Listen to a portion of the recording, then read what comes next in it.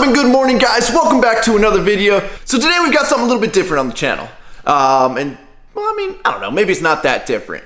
But we're gonna go meet up with Chris, who somebody has mentioned has not been in the videos in a while. Chris has, but he kind of comes in and comes out. And well, as you guys know, we've been doing a couple of modifications to Chris's truck that may or may not have made it slower. So today, hopefully, we are making some modifications. Well, not we, but like we're taking it to get some modifications done to it that are going to make it faster. And the cool thing about what we're doing today is we're actually going to get some real numbers because, well, he's getting it dyno tuned. So no more guessing, no more 0 to 60 with some like crappy phone app that doesn't really work. We're going to get some real numbers for you. Chris has got me going through some sketchy back alley over here. Look at the junk that you find in back alleys. People throw away old Sierras and stuff. Oh, hey, look, it's Chris. Hi, Chris. What are you doing back here? I don't know, man. Sketchy back alley. Is this where it goes down or what? You got the stuff? Maybe. You looking for a good time? You might want to go in that motorhome right there. I hear there's some good stuff happening in there. Dang, Chris. Why don't we get one of these? I'm down. I think it's your style right here, dude. Think so? Yeah. I see you rolling in this. It's for sale. Put it on bags. Everybody, welcome to Chris's shop. No photos or videos of any cars without consent. Dang. Oops. What, we got some top secret racing stuff going on? Dang. Can we show a video of your truck, Chris? Can we reveal the numbers to Wes? We got the couch. I like what you done with the place, man. Thanks. Bar, famous vodka. Milk. Dude. How come his shop craps on our shop, dude? He's got a freaking water view over here, tiki bar in the shop. So you guys, dude. What? A gym? You guys step your game up, bro. Right, we've been doing everything wrong, Chris. Oh, hey man, can you help me back it up? What? No, I don't want a video. Just don't hit nothing, all right? No, you should help me. All right. Got it all the way. All right. So we got our main man here, Tuner. Hi. My name's Lance. Yeah, you can introduce yourself. I'm DUNEHOON on Instagram as well as on YouTube if you need to find me. There you go. Not a lot of content on the YouTube channel. Most of the stuff is tech on IG and or partying. So this is my shop. We have a Mustang MD500 dyno. This started life as my hobby shop and has now turned into more than a hobby, I'd say. So today we have a GMC, and these trucks come with a flex fuel option. This is a California truck, and so it did not come with a flex fuel sensor or any of that stuff. That's really popular in the Midwest and not here.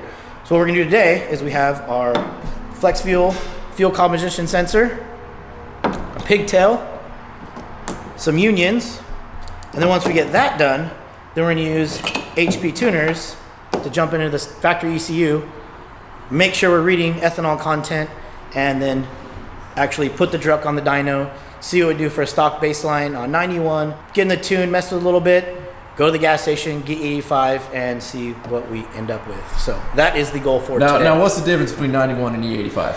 So 91 and E85, well, 91 really already contains ethanol. So in California, it's usually E10 to E15, not to exceed E20.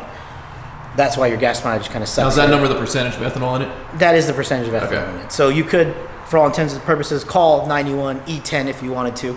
And then E85 is 85% ethanol, a much higher octane. It's usually made here in America. I don't think we import any ethanol from other places for our fuel. And it's a very clean burning fuel. So people look at it, you might lose some gas mileage, but you really don't. There's a cost savings in that. And there's also a cleanliness benefit. There's so many more benefits. It burns cleaner, everything stays cleaner, it lasts longer. We tear down engines that have been on E85 and a little bit of WD-40 on the piston combustion chamber, and it looks like it's brand new. Now, 91, race gas, they will leave a lot of carbon behind, so you have to get that buildup off. So that is a major difference. We use it here because almost everything we do is forced induction, so we use it for the octane benefit. It's our race gas for a very cheap price. Today it's probably $2.60 a gallon. Gotcha. So that's versus race gas, which if we're doing that, it's 110. It's $8 to $10 a gallon.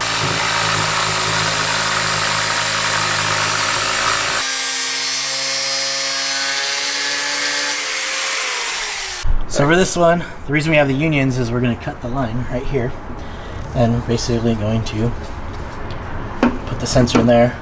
Hopefully you guys can see that in the light. Yep. And we have the pigtail down here with the terminator, just sits under here. So just pull the terminator off. We're gonna cut this, extend it. They do sell kits that you can just put an extension in here, but I think that's another link to fail, so I usually cut them and just solder them together. So let's get that done.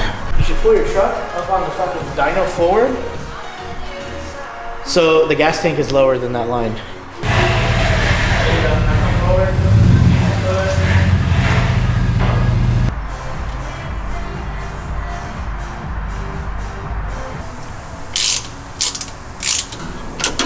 There she is. So some of the other kits, which I don't know if you guys have looked online, they go in a little bit different. You got to modify some stuff. This seems like the cleanest install, using a union and putting it right in line. Okay. Sensors in. Sensors in. Lines are clean. Now we're moving on to the wiring. Yup. So like you stated earlier, they make like extension harnesses for these things. Plugs in here, extends it 3 inches, 4 inches. But we've seen those extension harnesses go bad, and it's been my habit that I just cut these and we solder them back together, heat shrink them. There you go. Eliminate one connection. Correct. Most of the stuff we do here is off-road stuff, and it will find the weakest link in the chain every time, and that sometimes is costly. On this, not too bad, but we see that with fuel injectors. People use adapter harness for fuel injectors. Massive no-no. If you come in with those, I'm cutting them out and redoing them every single time. Some dual wall adhesive heat shrink for our solder connections. This has glue inside of it that activates with heat. Keeps any kind of water out. It's a durable shield for our soldered connections. So wiring's kind of your thing? Not at all. What did you say, you were in what, telecommunications? Yeah, we move voice and data. Gotcha. Zeros and ones, pretty much in telecommunications or in cars. Computer nerd through and through. There you go. So the ethanol sensor is all installed, and now it is time to we're hooking up a computer and we're doing some stuff that's way above my pay grade. Mine too. Is it going down? You ready, buddy? You excited? What do you think? For what? All right, everybody, we're gonna do a baseline test right now. Everybody guess down in the comments what you think Chris's truck's gonna come in at a baseline on, what are you running, on 91? Yeah. On 91.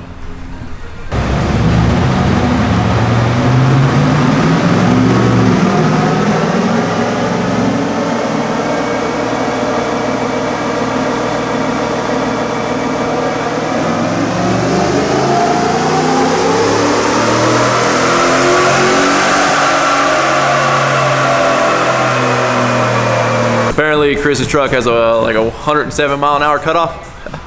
Something like that, around there. Looks like 105 on the bottom. 105? Can you take that off or no? Well, we're gonna go in and see and look at it. We don't want to turn these tires too fast, but they can go at least 100. There's our baseline, which frankly isn't very impressive. As soon as this thing gets to about 3,500, it just fuels like crazy, which is a ton even for a DI motor. So we're gonna pull some fuel out of this guy. The timing is super limited. We'll pull some fuel out, then we'll start adding some timing. We'll see how far we can get. So what's our numbers? Read our numbers off if you can. To the tire, 273, and well, with the correction factor, 267, which we can go by it, and 319. That's a 35-inch tire. These make 355 to the crank factory, so those numbers are pretty accurate on factory numbers. So let's see what we can pick up. Chris, you want the bad news, buddy? What? We got your baseline numbers. Why do you say bad news? He said bad news. Oh, he said it wasn't impressive. 265. But hey, we're gonna fix it. Oh, okay. All right, so now I'm assuming we've made a couple of adjustments. Chris, what adjustments did we make? We pushed a couple buttons on the computer.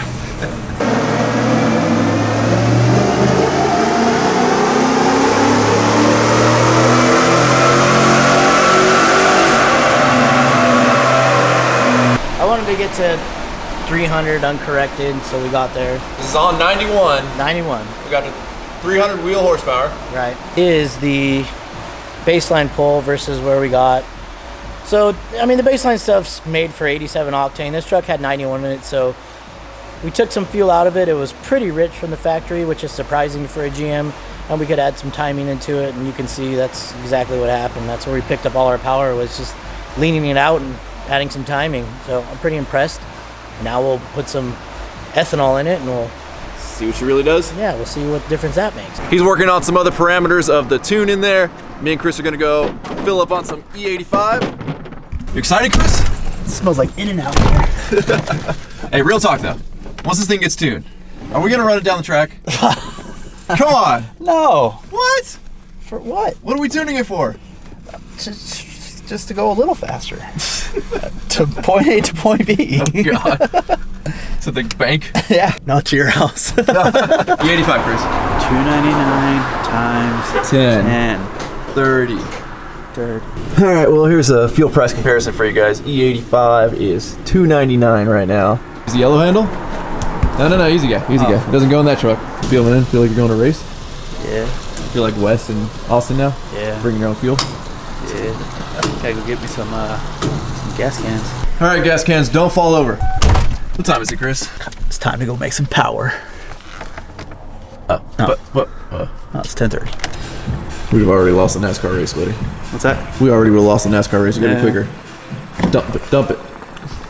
So this is actually more accurate from our baseline. You can see they start about the same. I'm wide open about the same time, and you can see the difference. In torque, it's pretty big. So we're 317 versus 345. So that's a substantial pickup in torque just from tuning. It's pretty crazy. I'm actually surprised these read this low from the factory, but this is a heavy driveline too. So, and I have a stingy dyno.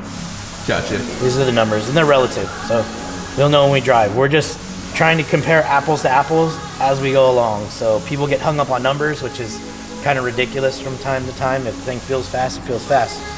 So we'll drive it after and we'll see. Inertia dyno. An inertia dyno versus yours, where it actually has a load on it. Yeah, there's a loading dyno. So we make these pulls over about 8 seconds or more. So we load it a little bit harder. It's against the load cell and instead of just accelerating a drum. That's why Mustang dynos traditionally read lower than a dyno jet, because that's really an inertia dyno unless they purchase load control for it, which I would say 90+% of dyno jets do not have load control. So a lot of people want giant big numbers. Correct. But that means nothing in the real world unless you put it on a dyno that actually has load that gets you closer to And I mean, world. numbers are all relative. If we're really looking for numbers and going fast, it's drag car. Drag cars are very good at telling what horsepower really is. It's a weighted car over a distance at a speed and a time. So that's how you tell horsepower accurately. We're mimicking the same thing with rollers in a steady state static environment. So people just get hung up on numbers. Numbers aren't everything. We're looking for drivability, making sure air fuels are good, making sure it's safe, doing long pulls so we actually see what it's doing under load instead of just short pulls. We want to do a long pull to see what it does under load.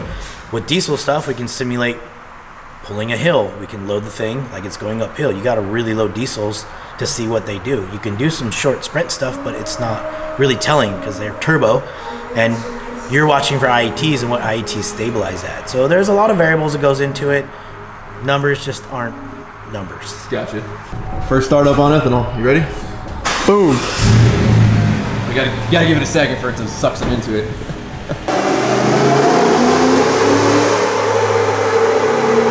You guys want to go grab some more 85? We got to 62%. Probably need a little more because there's gas in the tank. Ooh. So Chris left so much gas in the tank that by the time we mixed all the E85 ethanol in there, we're only at 62% ethanol. Oh, sure, blame me. Oh, it's your truck. Oh. So back to the gas station we go. Let's go get some more E85. We're gonna be good at this, Chris. Yeah. Does this mean we're pro tuners? We are. All right, Chris. About to see the beautiful turning, the beautiful turning of the 7.3 here. We're gonna wait till there's no cars coming.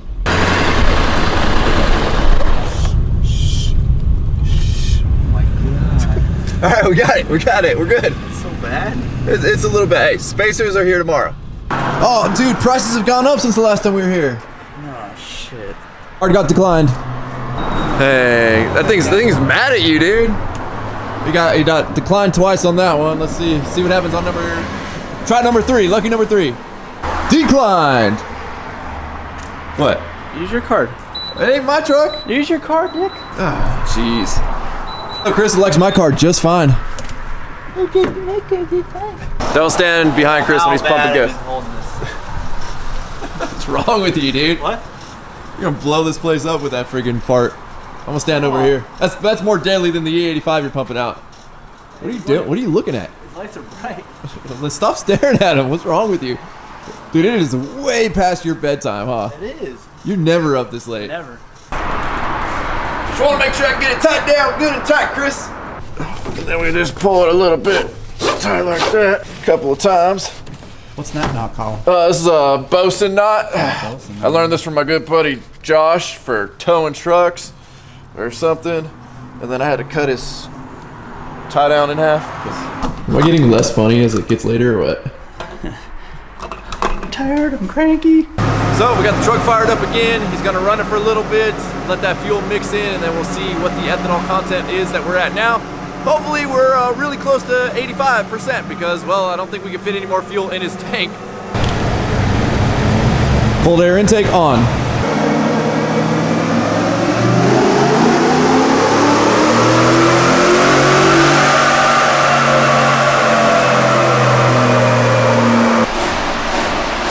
Boom.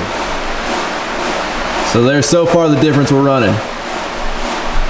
And you think we got a little bit more in her?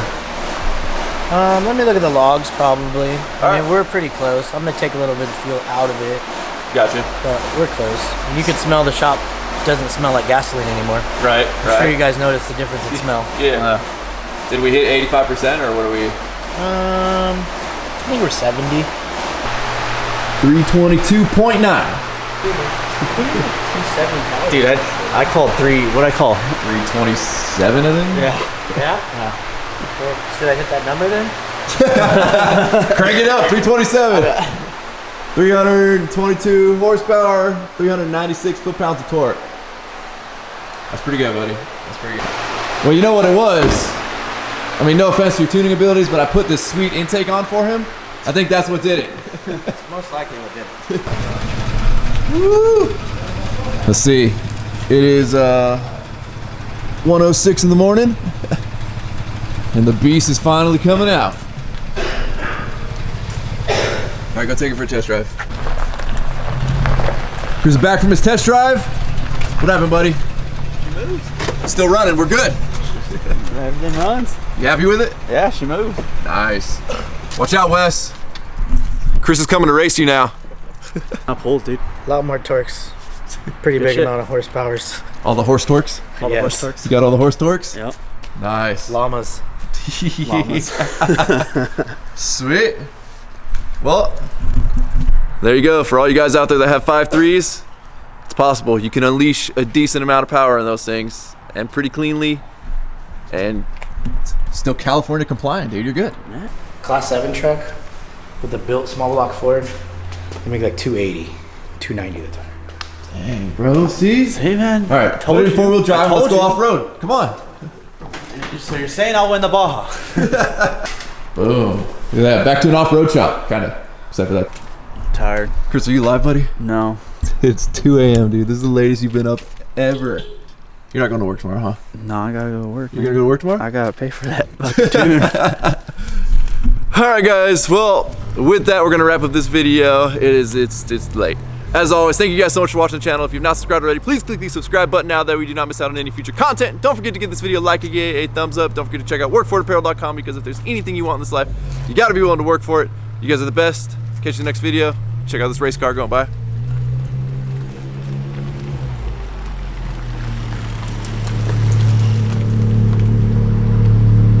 Damn.